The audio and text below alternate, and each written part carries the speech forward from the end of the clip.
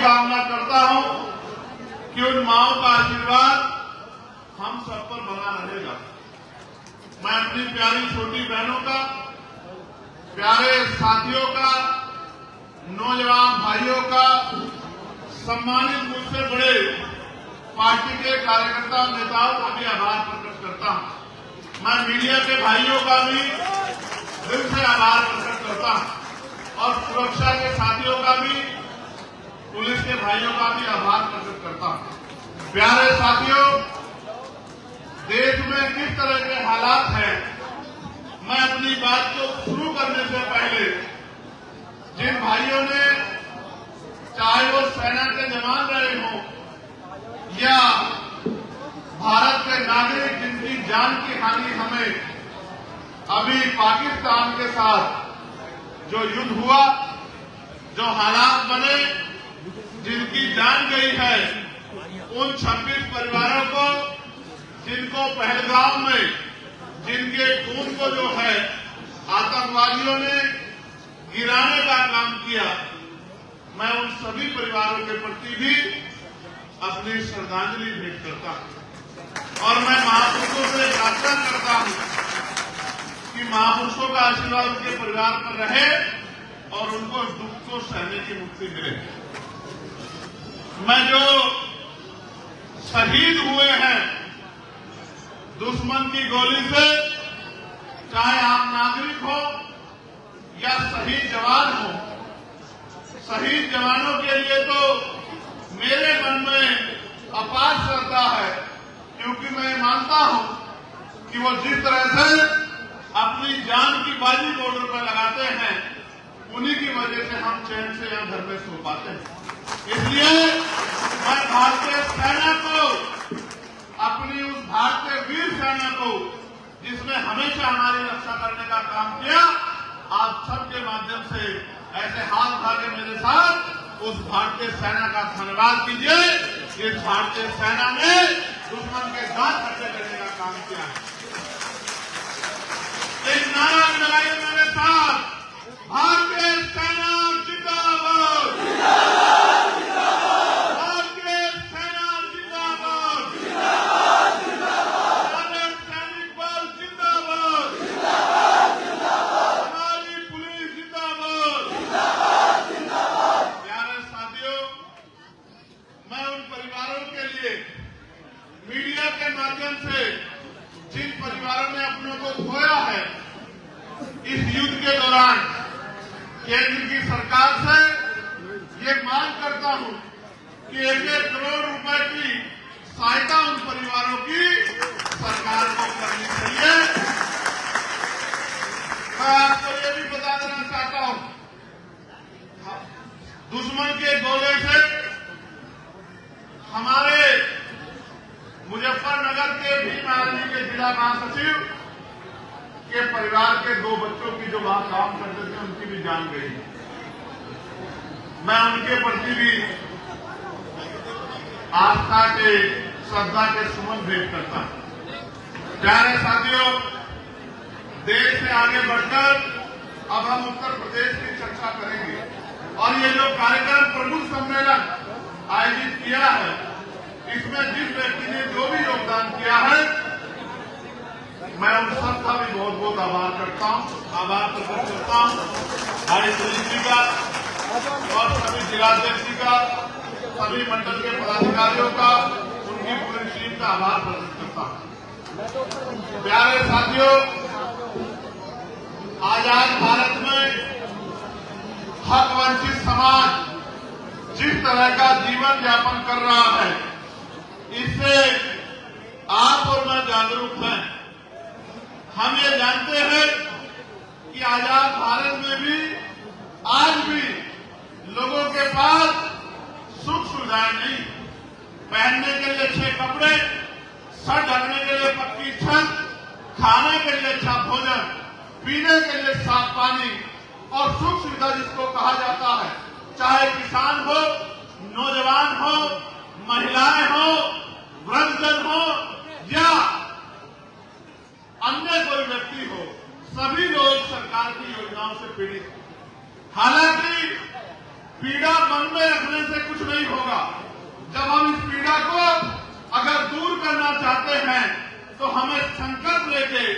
काम करना होगा। जिस तरह से आज हम यहाँ इस कार्यक्रम को सफल बनाने में जुटे हैं, अगर इसी तरह से हम लोग अगले 1-1.5 साल मेहनत करेंगे तो मैं विश्वास दिला के कह सकता हूं कि वो दिन दूर नहीं कि उत्तर प्रदेश में आजाद समाज पार्टी का झंडा बुलंद होगा। और आजाद समाज पार्टी के जरिए, प्यारे साथियों, आजाद समाज पार्टी के जरिए महापुरुषों का सपना पूरा होगा, समता मूलक समाज बनेगा, बहन बेटियों का सम्मान होगा, नौजवानों को रोजगार मिलेगा, किसानों को उनकी फसल के दाम मिलेंगे, सरकारी कर्मचारियों को भी उनकी पुरानी पेंशन का फायदा मिलेगा और तमाम तरह की जो समस्याएं आपके जीवन में हैं वो भी पॉलिसी बना के उसमें भी आपकी लाइफ को, आपके जीवन को आसान बनाया जाएगा। ये आंदोलन जिसको हम लोग चला रहे हैं, इसके न चलाने से क्या होगा ये भी मैं आपको बताना चाहता हूं, और आंदोलन के चलाने से क्या होगा ये भी मैं आपके सामने रखना चाहता हूं। आज हम जब परेशान होते हैं, तकलीफ में होते हैं, किसी समस्या से दो चार होते हैं, तो हम ये सोचते हैं कि भाई ये सरकार कब बदलेगी, ये सरकार सही क्यों काम नहीं करती। तो मैं आपको बताना चाहता हूं कि ये सरकार इसलिए सही काम नहीं करती क्योंकि जो सरकारें आज हैं वो अपने एजेंडों पे, अपनी पॉलिसियों पे काम करती है। और मुझे बड़े दुख के साथ कहना पड़ेगा, मैं याद करूंगा एक ऐसे महापुरुष को, क्योंकि ये हापुड़ वो धरती है, बुलंदशहर वो धरती है जहां बाबा साहब अम्बेडकर के आंदोलन की जड़ें, अम्बेडकरवादी आंदोलन की जड़ें बहुत गहरी है। मैं इस बात को बहुत अच्छी तरह से जानता हूं। मैं याद करूंगा गाजियाबाद को, और मैं याद करूंगा इस समय में उस शख्स को जिनका नाम था आदरणीय बीपी मौर्य साहब। मैं बड़ी जिम्मेदारी से कह रहा हूं, अगर उत्तर भारत में माननीय काशीराम साहब से पहले अगर डॉक्टर बाबा साहब अम्बेडकर के आंदोलन की जड़ों को गहराई में पहुंचाने का काम किया, समाज को जागरूक करने का काम किया, समाज को संगठित करने का काम किया, समाज को इस आंदोलन के लिए तैयार करने का काम किया, तो वो आदरणीय बीपी सिंह मौर्य साहब थे। और मैं इसलिए उनकी दिल से इज्जत करता हूं कि उन्होंने, हालांकि बाद में क्या सिचुएशन रही इससे मुझे कोई फर्क नहीं पड़ता, लेकिन मेरी याद है कि उन्होंने चैलेंज कर करके जो है अपने लोगों के स्वाभिमान और सम्मान की रक्षा करने का काम किया, उनकी आवाज को बुलंद करने का काम किया। और एक वो भी समय था जब उनकी रैलियां होती थी तो मैदान छोटे पड़ जाते थे, जब उनकी रैलियां होती थी तो जिधर तक दिखाई देता था नीला झंडा दिखाई देता था।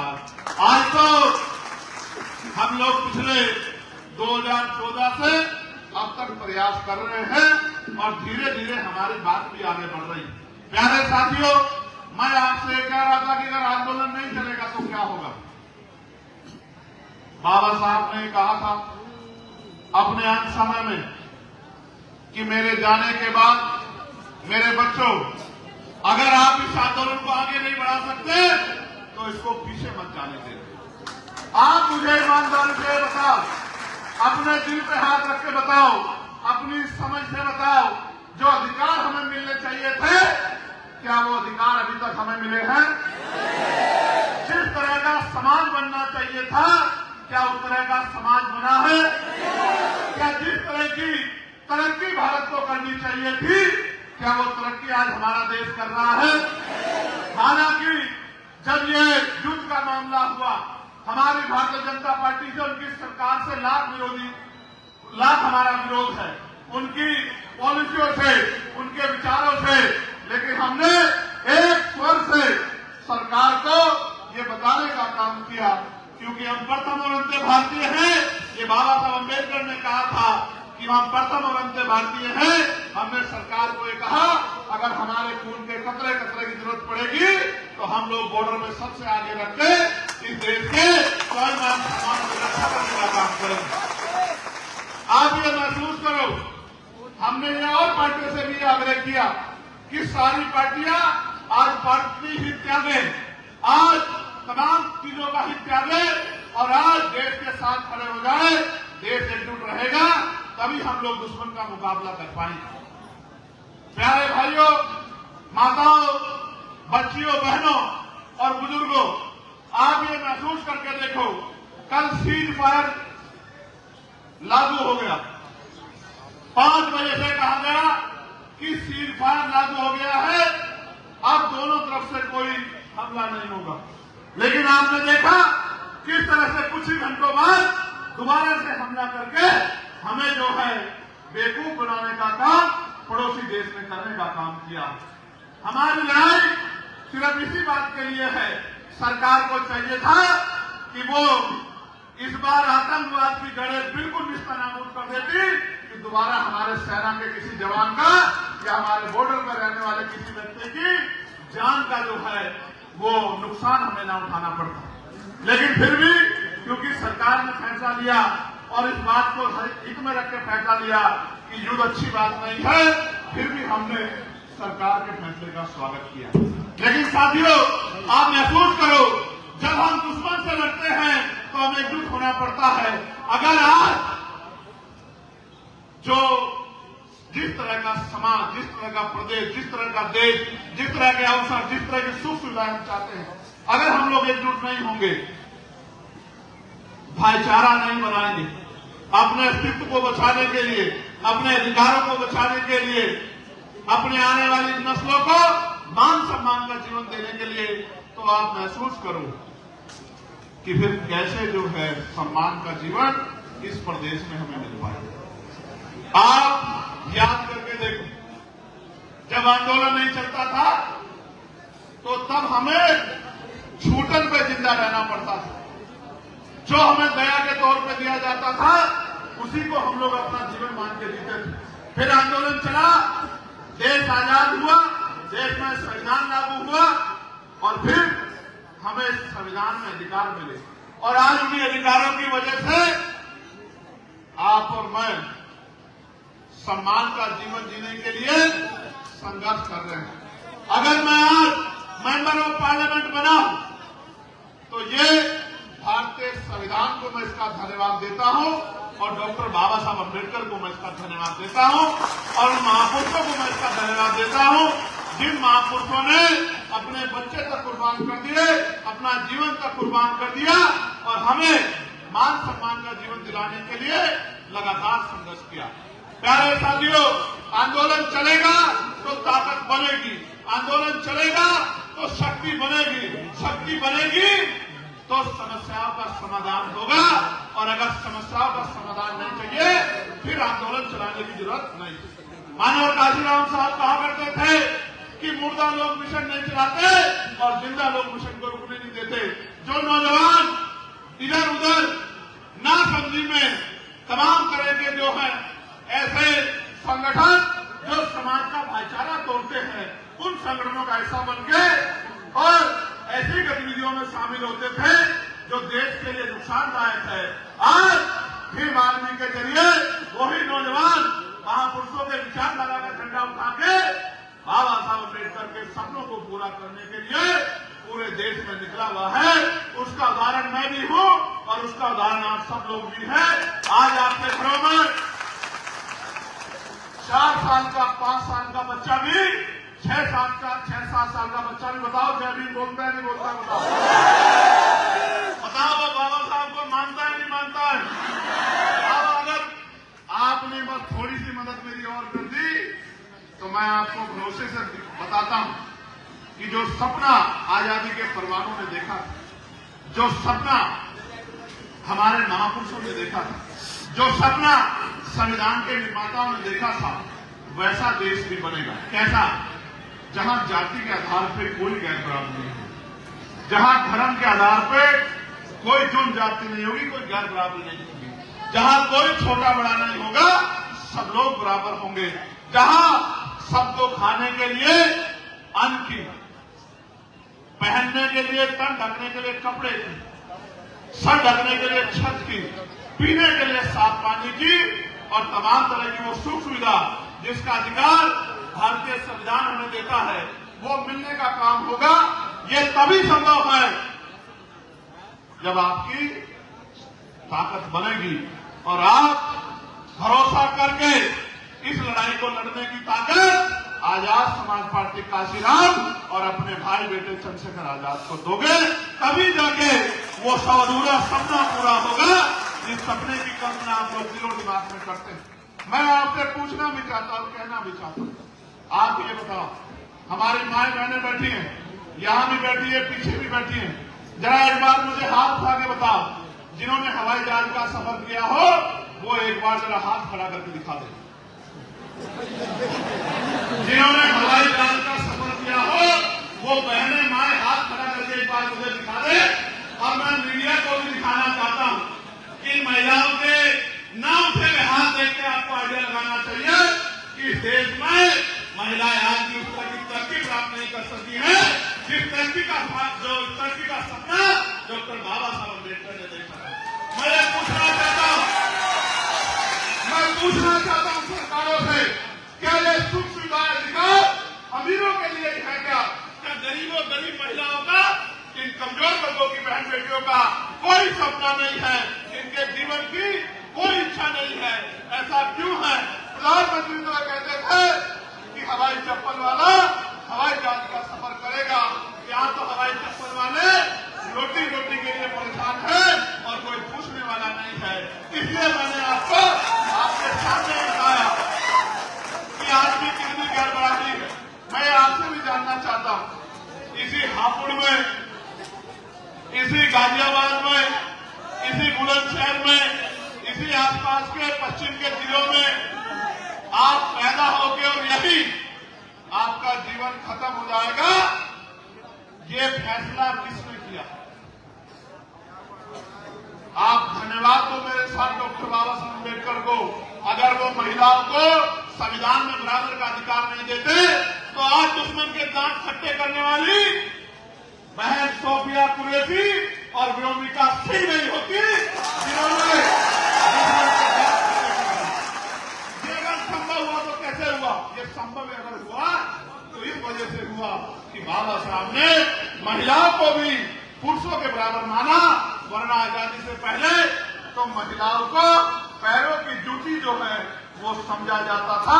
अगर आज हमारी बहनें देश की सेना में जाके दुश्मन के दांत खट्टे कर रही है, अगर इसका सबसे बड़ा योगदान इसमें किसी का है और श्रेय अगर किसी को जाता है तो वो बाबा साहब अम्बेडकर को और मां सावित्रीबाई फुले और राष्ट्र का ज्योतिबा फुले को जाता है। ये बात मैंने आपको क्यों बताई? मैं पूछना चाहता हूं, चलो हवाई जहाज का सफर नहीं किया होगा, हेलीकॉप्टर का सफर तो किया होगा।